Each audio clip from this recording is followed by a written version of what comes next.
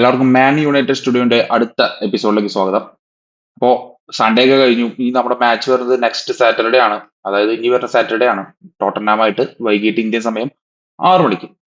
അപ്പൊ നമ്മൾ ഇന്ന് സംസാരിക്കാൻ പോകുന്നത് മാച്ചിനെ കുറിച്ചുള്ള കാര്യങ്ങളല്ല. നമ്മൾ ഇന്ന് സംസാരിക്കാൻ പോകുന്നത് രണ്ട് സെൻട്രൽ മിഡ്ഫീൽഡേഴ്സിനെ കുറിച്ചിട്ടാണ്. ഇപ്പോൾ തന്നെ മാഞ്ചസ്റ്റർ യുണൈറ്റഡിന്റെ ഫാൻ പേജുകളിൽ നിറഞ്ഞു നിൽക്കുന്ന രണ്ട് പേരുകളാണ്. അതെ, Elliot Anderson and Adam water.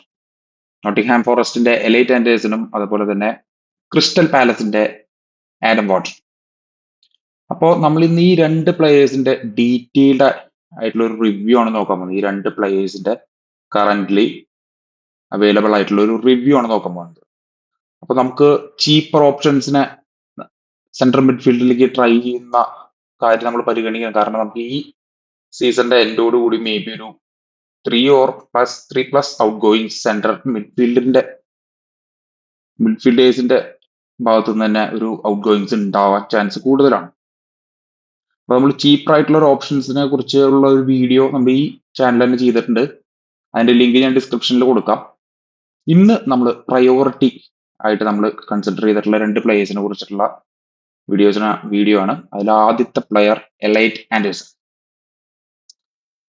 Last Nottingham Forest ആയിട്ടുള്ള മത്സരങ്ങൾ കണ്ട ഒട്ടുമിക്ക പേരും എലൈറ്റ് ആൻഡേഴ്സന്റെ കളി കണ്ടിട്ടുള്ളവരാണ്. അതുകൊണ്ട് പുള്ളിക്കാരന്റെ സ്റ്റൈൽ ഓഫ് പ്ലേ കൂടുതൽ പറയേണ്ട ആവശ്യമില്ല. നമുക്ക് ഏറ്റവും ലാസ്റ്റത്തെ സാക്ഷികളാണ് നമ്മൾ ആളുടെ കളിയിൽ. അപ്പൊ എലൈറ്റ് ആൻഡേഴ്സിനെ കുറിച്ചിട്ടുള്ള ഒരു പോസിറ്റിവിറ്റി, അതായത് പോസിറ്റീവ് എന്തൊക്കെയാണ് എലൈറ്റ് ആൻഡേഴ്സിന്റെ? ഒന്നാമത്തെ പോസിറ്റീവ് എന്ന് പറയുന്നത് പുള്ളിക്കാരൻ ഒരു ഇംഗ്ലണ്ട് ഇന്റർനാഷണൽ ആണ്. പ്രീമിയർ ലീഗിലെ ഒരു ഇംഗ്ലണ്ട് ഇന്റർനാഷണലിന്റെ ഇമ്പോർട്ടൻസ് വളരെ വലുതാണ്. എന്നെ സംബന്ധിച്ചിടത്തോളം, അല്ലെങ്കിൽ വന്നു പോയിട്ടുള്ള പ്ലേയേഴ്സിന്റെ ഒരു ലിസ്റ്റ് തന്നെ എടുത്ത് നോക്കി കഴിഞ്ഞാൽ ഇംഗ്ലണ്ട് ഇന്റർനാഷണൽസ് മികച്ച പ്രകടനം നടത്താറുണ്ട്. അതുകൊണ്ട് ഒരു ഇംഗ്ലണ്ട് ഇന്റർനാഷണൽ ആണ്, അതൊരു ഒന്നാമത്തെ പോസിറ്റീവ് ആണ്. രണ്ടാമത്തെ പോസിറ്റീവ്, പ്രീമിയർ ലീഗ് പ്രൂവൺ ആയിക്കൊണ്ടിരിക്കുന്ന ഒരു പ്ലെയർ ആണ്. ഇന്നത്തെ കറന്റ് സിനാരിയോയിലെ ഏറ്റവും മികച്ച സെൻട്രൽ മിഡ്ഫീൽഡേഴ്സിന്റെ ലിസ്റ്റിൽ പെടുത്താവുന്ന പ്രീമിയർ ലീഗിലെ പ്രൂവൺ ആയിട്ടുള്ള ഒരു പ്ലെയർ ആണ്. മൂന്നാമത് പുള്ളിക്കാരന്റെ ഹാർഡ് വർക്ക്. പുള്ളിക്കാരെടുക്കുന്ന വർക്ക് റേറ്റ് വളരെ കൂടുതലാണ്. ടീമിനെ സംബന്ധിച്ചിടത്തോളം ടീമിന്റെ ഏറ്റവും അനിവാര്യ ഘട്ടങ്ങളിൽ അതിന്റെ മുഴുവൻ വർക്ക് റേറ്റും എടുത്ത് മുന്നോട്ട് പോവാൻ സാധിക്കുന്ന ഒരു പ്ലെയർ ആണ്. നെക്സ്റ്റ് പോസിറ്റീവ് എന്ന് പറയാനുള്ളത് അറ്റാക്കിംഗ് ത്രെട്ട് ആണ്. അതായത് ഡിഫൻസ്, ഓപ്പണന്റ് ടീമിന്റെ ഡിഫൻസിൽ വരുന്ന അറ്റാക്കിംഗ് ത്രെട്ട് സെൻട്രൽ മിഡ്ഫീൽഡിൽ കൂടെ പ്രൊവൈഡ് ചെയ്യാൻ പറ്റുന്ന ഒരു പ്ലെയർ ആണ് എലൈറ്റ് ആൻഡേഴ്സൺ. ഡിഫൻഡേഴ്സിന്റെ മുകളിൽ കൂടെ ഷോട്ട് ചെയ്യാൻ സാധിക്കുന്ന ഒരു പ്ലെയർ ആണ് എലൈറ്റ് ആൻഡേഴ്സൺ. അപ്പൊ ഇതൊക്കെ അദ്ദേഹത്തിന്റെ ഒരു പോസിറ്റീവ് ആണ്. ഒരു വോൾ പ്ലെയർ ആണ്, പിന്നെ ഒരു ബോക്സ് ടു ബോക്സ് പ്ലെയർ ആണ്. ബോക്സ് ടു ബോക്സ് പ്ലെയറിന്റെ ഇമ്പോർട്ടൻസ് എന്താണെന്ന് നമുക്ക് ആഴ്സണലിന്റെ പ്ലേയിങ് കണ്ടാൽ മനസ്സിലാവും. ടെക്ലാൻ റൈസിന്റെ കളി കണ്ടാൽ മനസ്സിലാവും. അപ്പോ എലൈറ്റ് ആൻഡേഴ്സൺ ഒരു ബോക്സ് ടു ബോക്സ് പ്ലെയർ ആണ്. 22 വയസ്സ് മാത്രം പ്രായമുള്ളൂ. ഇതൊക്കെ എലൈറ്റ് ആൻഡേഴ്സന്റെ ഒരു ബിഗ് പോസിറ്റീവ്സ് ആയിട്ട് എടുക്കാം. അതുപോലെ തന്നെ നെഗറ്റീവ്സ് ഉണ്ടാവില്ല.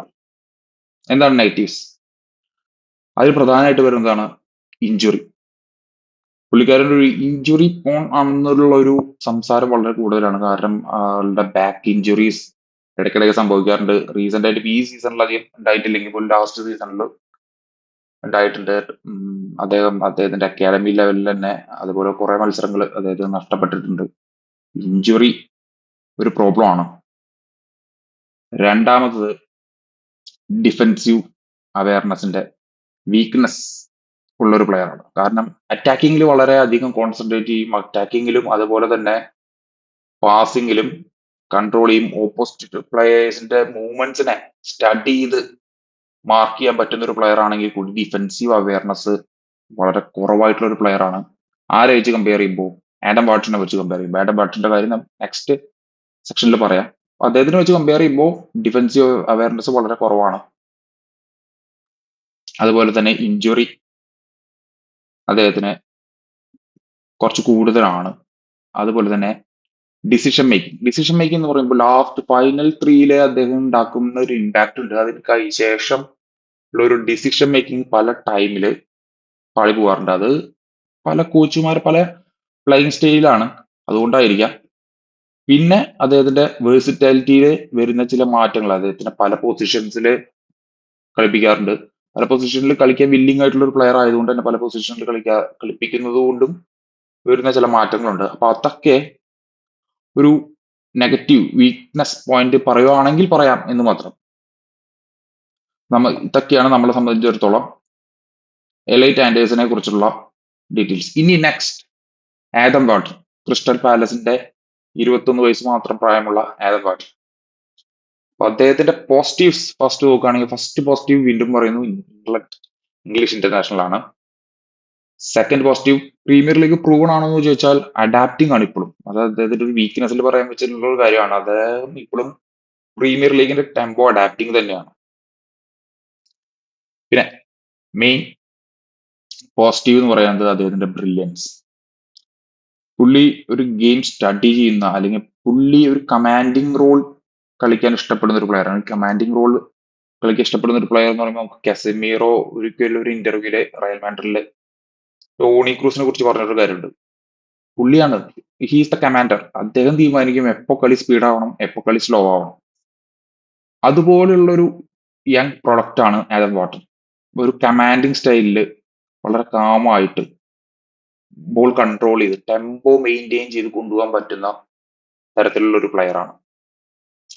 ഡീപ്ലി ഡിഫൻസീവ് ഇറങ്ങി വന്ന് ഡീപ് ലൈൻ ഫുട്ബോൾ കളിക്കാൻ പറ്റുന്ന ഒരു പ്ലെയർ ആണ്.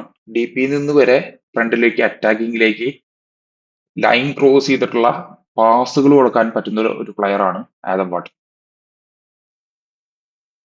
അപ്പോ ഇത്രയൊക്കെയാണ് അദ്ദേഹത്തിന്റെ മെയിൻ ആയിട്ടുള്ള പോസിറ്റീവ് കാര്യങ്ങൾ വരുന്നത്. അദ്ദേഹത്തിന്റെ നെഗറ്റീവ്സ് എന്തൊക്കെയാണെന്ന് നോക്കി കഴിഞ്ഞാൽ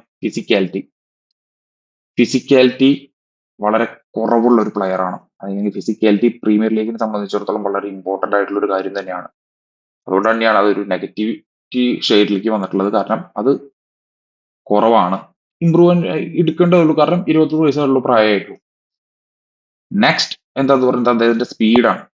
അദ്ദേഹം ഒരു പൊസിഷൻ ഓറിയന്റഡ് ആയിട്ടുള്ള, സ്ട്രക്ചർ ഓറിയന്റഡ് ആയിട്ടുള്ള ഗെയിമാണ് കളിക്കുന്നത്. അതുകൊണ്ട് അതിലെ കവറപ്പ് ചെയ്ത് നിർത്താനുള്ള ഒരു സ്പീഡ് മെയിൻറ്റെയിൻസ് മാത്രമേ അദ്ദേഹം ചെയ്യാറുള്ളൂ. അതിനും വലിയൊരു ലൈൻ ബ്രേക്ക് ചെയ്തിട്ടുള്ള ഒരു സ്പീഡ് റണ്ണിങ്ങോ ടാക്ലിങ്ങോ അത് ആളുടെ ഭാഗത്ത് നിന്ന് പ്രതീക്ഷിക്കേണ്ട. അപ്പൊ അത് ഒരു വീക്ക്നെസ് പോയിന്റ് ആണ്. പിന്നെ പറയാനുള്ള കാര്യം എന്ന് വെച്ചാൽ ഇഞ്ചുറീസ് ഒന്നും പറയാൻ പറ്റില്ല. കാരണം അദ്ദേഹത്തിന് അത്രയും ഇഞ്ചുറി, പക്ഷെ ഇഞ്ചുറിക്ക് ഏറ്റവും കൂടുതൽ പോസിബിലിറ്റീസ് കൂടുതലുള്ള ഒരു പ്ലെയർ ആണ് എന്നുള്ള ഒരു സംസാരം. പക്ഷെ എലൈറ്റ് ആൻഡേഴ്സിനെ വെച്ച് നോക്കുമ്പോൾ വളരെ കുറവാണ് അദ്ദേഹത്തിന്റെ ആ ഒരു റേഷ്യോ. പ്രോഗ്രസീവ് പാസുകൾ കൊടുക്കാനുള്ള കഴിവ് വളരെ കൂടുതലാണ്. എലൈറ്റ് ആൻഡേഴ്സിനെ വെച്ച് അദ്ദേഹത്തിന്റെ സ്റ്റാറ്റ്സ് വെച്ച് കമ്പയർ ചെയ്യുമ്പോൾ വളരെ കൂടുതലുള്ള ഒരു പ്ലെയർ ആണ്. അപ്പൊ രണ്ട് ടൈപ്പ് ഓഫ് പ്ലേയേഴ്സ് ആണ് ഈ എലൈറ്റ് ആൻഡേഴ്സിനും അതും പറ്റും. ഇതില് ഏത് പ്ലെയറിനെ പിക്ക് ചെയ്യാന്ന് വെച്ചാൽ, ഈ ഏത് പ്ലെയറിനെ പിക്ക് ചെയ്താലും അവരുടേതായിട്ടുള്ള ഒരു സ്റ്റൈൽ ഓഫ് ഫുട്ബോൾ ഉണ്ട്. അവരുടേതായിട്ടുള്ള ഒരു സ്റ്റൈൽ ഓഫ് ഫുട്ബോൾ നമുക്ക് ഇവിടെ ഇംപ്ലിമെന്റ് ചെയ്യാൻ പറ്റുമോ, അല്ലെങ്കിൽ അതായത് നമ്മുടെ കോച്ചായിട്ടുള്ള അമൂറിമിനെ ആരെയായിരിക്കും പിക്ക് ചെയ്ത് കഴിയലായിരിക്കും കുറച്ചും കൂടി ഈസി ആയിട്ട് അദ്ദേഹത്തിന്റെ കാര്യങ്ങൾ മുന്നോട്ട് പോകാമെന്ന് നിങ്ങൾക്ക് തോന്നുന്നത്? അങ്ങനെ തോന്നുന്ന ഏത് പ്ലെയർ ആണെന്ന് വെച്ചാൽ നിങ്ങൾക്ക് അത് കമന്റ് ചെയ്യാം. അപ്പോൾ നെക്സ്റ്റ് നമുക്ക് രണ്ട് പ്ലേയേഴ്സ് ആയിട്ട് നെക്സ്റ്റ് വീഡിയോയിൽ ഇതിന്റെ ബാക്കി രണ്ട് പ്ലേയേഴ്സിന്റെ ഒരു ഇതേപോലുള്ള ഒരു പോസിറ്റീവ് നെഗറ്റീവ് ഉണ്ടാവും. അപ്പൊ നമുക്ക് ടോട്ടലി 4 പ്ലേയേഴ്സിന്റെ സെൻട്രൽ മിഡ്ഫീൽഡർ മെയിൻ ടാർഗറ്റിൽ ഉൾപ്പെടുത്താം. അതിൽ ആദ്യത്തെ രണ്ട് പ്ലേയേഴ്സിന്റെയാണ്. അപ്പൊ അതിനെ കുറിച്ചുള്ള അഭിപ്രായങ്ങൾ നിങ്ങൾ കമന്റ് ബോക്സിൽ പറയാം. അടുത്തൊരു വീഡിയോ ആയിട്ട് കാണാം. ബൈ.